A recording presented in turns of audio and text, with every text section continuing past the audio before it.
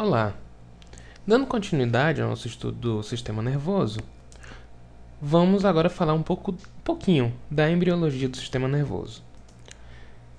Isso porque vai dar para a gente entender melhor como que se formou o sistema nervoso como um todo e também por que ele é subdividido da maneira como a gente vai ver daqui a pouquinho. Então, a gente sabe que o sistema nervoso é formado do folheto embrionário ectoderma, né? Tem o endoderma, mesoderma, ectoderma. Ectoderma é o mesmo que dá origem à pele, dá origem a todo o sistema nervoso também. E vamos tentar representá-lo aqui nesse desenho. Aqui. Bom, você vai ter... Eu dei um zoom aqui, por enquanto, para ficar melhor de ver. Então, essa região aqui do meio do embrião, o embrião está aqui e a gente está vendo um corte mais ou menos nessa altura. Aqui seria ele com 19 dias, né, desde a concepção. Aqui, né? Então, essa região do meio é o mesoderma, essa região de cima é o ectoderma, e essa região que está embaixo, chamada de endoderma. Aqui no embrião você tem algumas estruturas. No caso aqui, a placa neural, aqui, e que é como se fosse a borda aqui da cavidade amniótica. Ok, então, no ectoderma você tem células típicas do ectoderma que ficam aqui nas extremidades laterais. Entretanto, à medida que você vai olhando as células mais centrais, você vai notando diferenças, tanto de tamanho quanto de diferenciação mesmo. Nós vamos dizer que essa parte bem central é exatamente a placa neural. A mesma placa neural.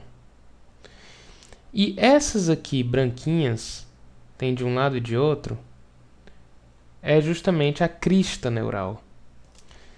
Esse pontinho vermelho é o que a gente chama de notocorda. E é formado pelo mesoderma.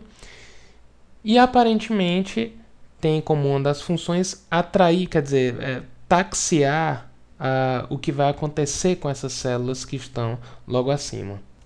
Então, no decorrer do processo de desenvolvimento, com o passar dos dias, e vai existir uma proliferação dessas células de tal modo que elas vão se dobrar. Aqui seria com 19 dias, né? Aqui seria já com 21 dias mais ou menos.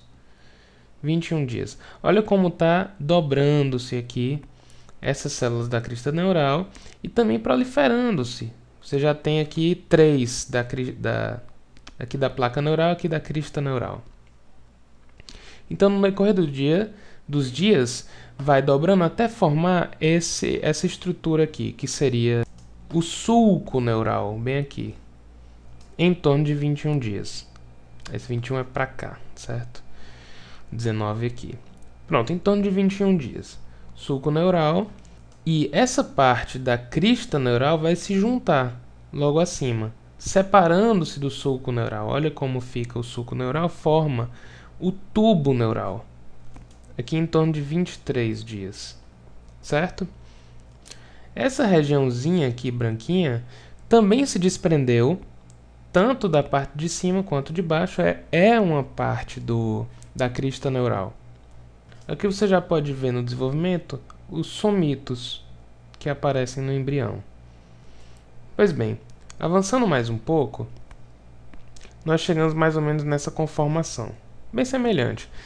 Aqui acima você vai ter as mesmas células que eram originárias da crista neural, aqui o tubo neural, que vai se chamar de canal ependimal, e essas célulazinhas separadas que eu tinha falado vão dar origem aos gânglios, as raízes ganglionares dorsais da coluna, da espinha vertebral, da medula espinhal, né, do sistema nervoso. Aqui seria posteriormente, pouco posterior a essa região, esse período dos 23 dias. Então vamos voltar. É assim que ocorre o desenvolvimento. Lembrem-se, portanto, desse tubo, que tem um líquido dentro. Aliás, toda a cavidade aqui é repleta de líquido. Pois bem, no embrião, a partir dos 28 dias, o que é que você vai ter? Aqui o embrião, e com 28 dias, né? E aqui, mais ou menos, a forma em que está desenvolvido o cérebro nesse momento.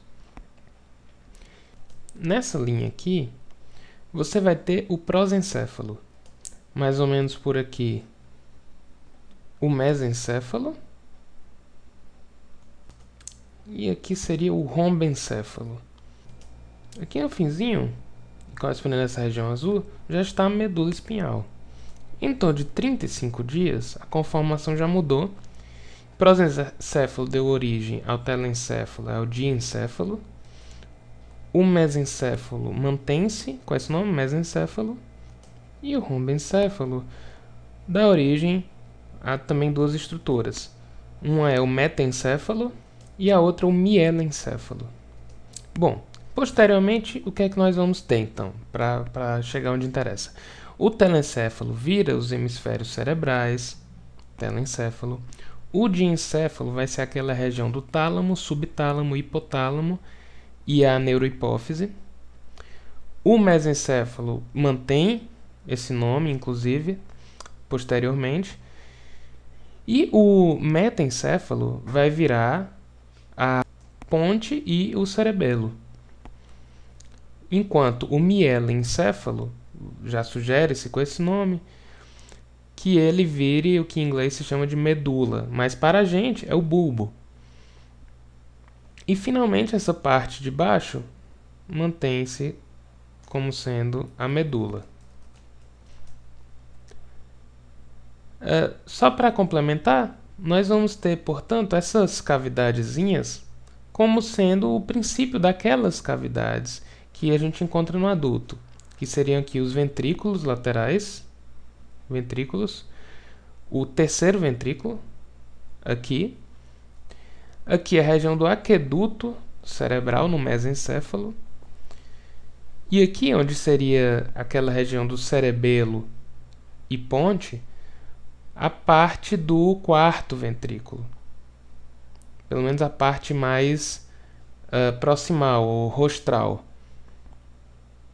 Enquanto que aqui na parte do bulbo seria a parte caudal do quarto ventrículo ainda. E aqui finalmente o canal central da medula. Então essa questão toda da embriologia é importante tanto para a gente saber essas correlações, quanto para os problemas de defeito do fechamento do tubo neural. Aquele tubo neural ele fica aberto nas suas extremidades e ele vai se fechando no decorrer do desenvolvimento intrauterino e às vezes pode ter defeito de fechamento, sendo que o mais comum é a espinha bífida que fica aberto o tubo neural na região lombar do bebê normalmente. Pois bem, então vamos manter em mente esses nomes: o telencéfalo, diencéfalo, mesencéfalo, metencéfalo, mielencéfalo. E, naturalmente, a medula. Finalmente, vamos finalizar com as subdivisões do sistema nervoso, falar um pouquinho de cada uma.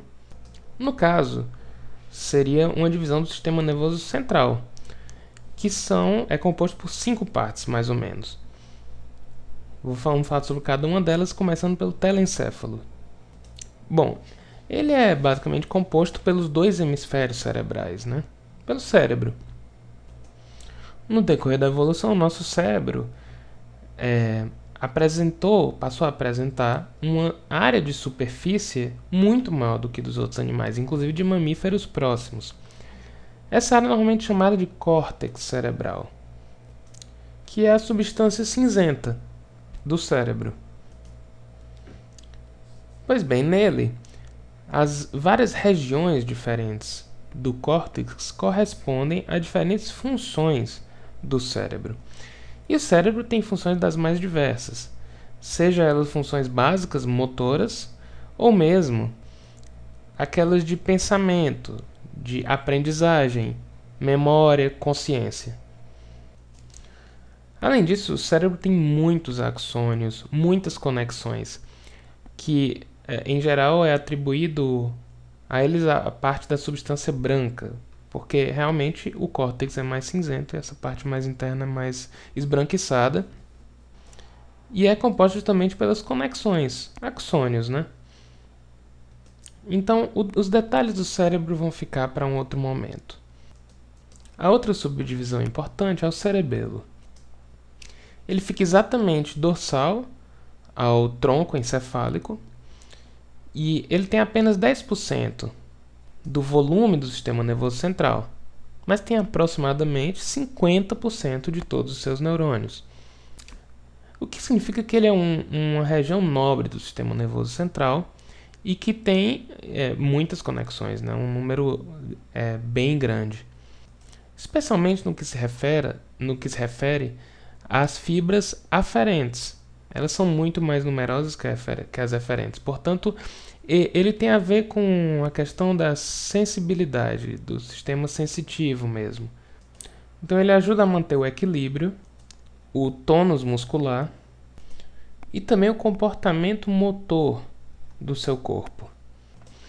Veja que são, primeiramente, atividades primárias, né? E também comuns aos outros animais. O equilíbrio, o tônus muscular, o comportamento motor, quer dizer, a correta associação para que um movimento seja feito de modo a não afetar o seu corpo como um todo, né? Muito bem, vamos seguir adiante. Temos, como terceira parte, o diencéfalo, que na verdade também é subdividido no tálamo, subtálamo e hipotálamo, basicamente. A partir dele você tem a hipófise posterior, pelo menos, né? Também chamada de neurohipófise. Pois bem, o tálamo basicamente integra as funções de informação sensorial. E então, no córtex cerebral, nós vamos ter a percepção consciente de algumas dessas informações. Juntamente com o subtálamo, o tálamo também recebe projeções do chamado gânglio basal para a função motora. Então, para o controle motor normal, é importante que haja associação do tálamo, subtálamo e também do cerebelo. Uma curiosidade, por exemplo, é que pacientes com a doença de Parkinson podem ter uma certa melhora nos seus movimentos por meio de estímulos de algumas áreas do tálamo e subtálamo. O hipotálamo e, consequentemente, a hipófise posterior tem muitas funções diferentes. É um órgão fundamental endócrino, eles dois, mas não somente. Então, o hipotálamo concentra várias funções importantes do ser humano e do sistema nervoso central, que serão discutidos em outros momentos. Então, essa é a parte do diencéfalo. Seguindo adiante, nós temos o tronco encefálico, que é formado, por sua vez, pelo mesencéfalo, ponte e bulbo. Eles três ficam logo acima da medula e vai seguindo nessa ordem. À medida que você vai subindo, tem o bulbo, a ponte e o mesencéfalo.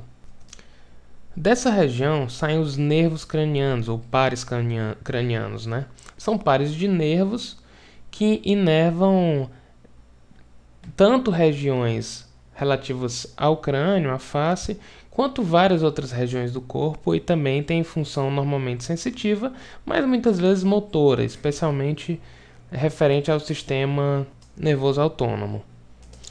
Essa região toda é delicada, especialmente na parte da ponte do bulbo, que guarda a função, por exemplo, de respiração, de batimentos cardíacos, de consciência.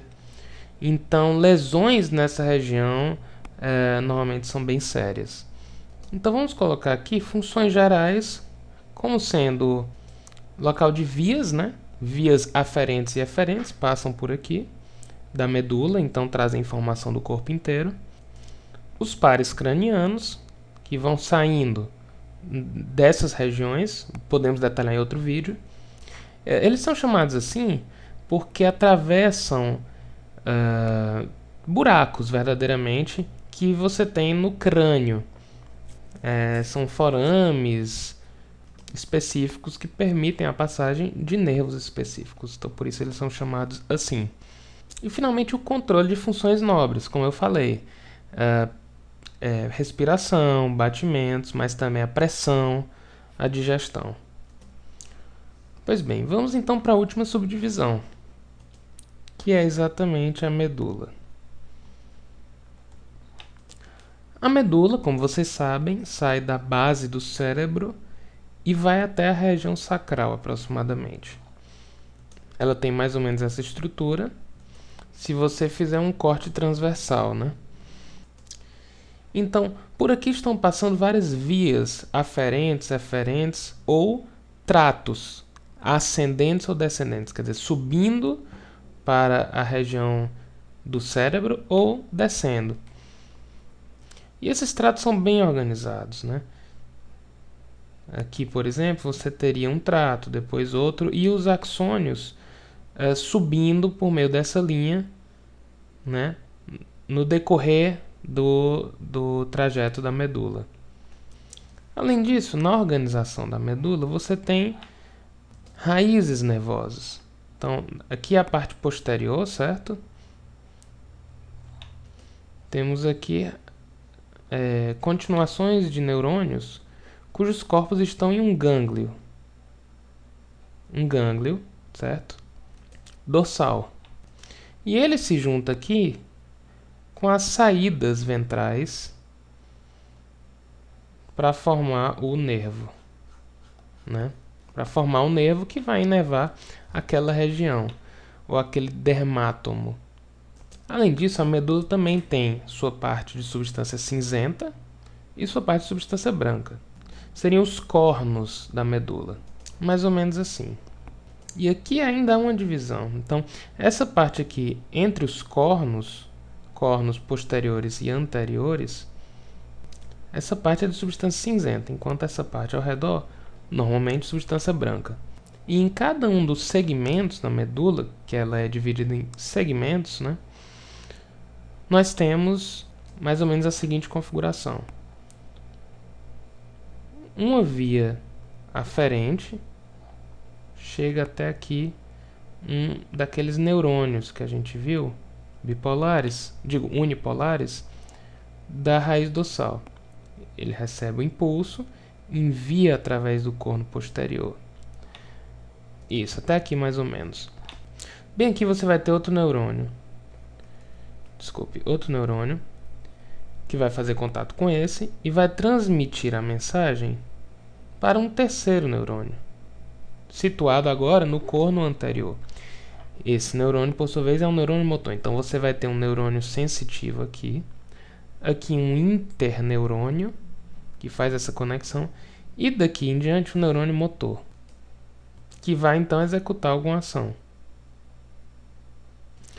Então, pensando nesse sentido, essas raízes que eu desenhei aqui não deviam estar aqui, deviam estar chegando justamente no corno anterior. Deixa eu ver se... Aqui. Aí sim, está bem representativo. Então, essa região dos cornos anteriores diz-se que são de corpos de neurônios motores, a região motora, certo? Enquanto essa região posterior é sensitiva. Pode ocorrer um marco reflexo, dependendo da situação, ou pode ser que esse interneurônio se conecte a um neurônio bem aqui, que vai subir, ou que vai adentrar um desses tratos aqui e suba lá para cima para o cérebro, ou mesmo para um segmento que está um pouco mais acima, um pouco mais abaixo, dependendo da situação. Então, é mais ou menos esse o esquema da medula. Lógico que é muito mais complexo, mas eu não vou entrar em detalhes no momento. Bom, estamos chegando ao final. Então, só para citar, nós temos também o sistema nervoso autônomo, que a gente falou no começo. E ele será alvo de outro vídeo. Mas, em termos de suas divisões, são 3. Alguns podem dizer 2 somente. Seria o simpático, o parasimpático e o entérico. E, basicamente, eles controlam essa parte do sistema nervoso controla funções que não estão sob o controle voluntário, por isso que é chamado de autônomo, tem autonomia para fazer isso. O sistema simpático e parasimpático agem no corpo inteiro e têm funções antagônicas. São controles do tipo temperatura, pressão do sangue, né, pressão arterial, batimentos, por aí vai.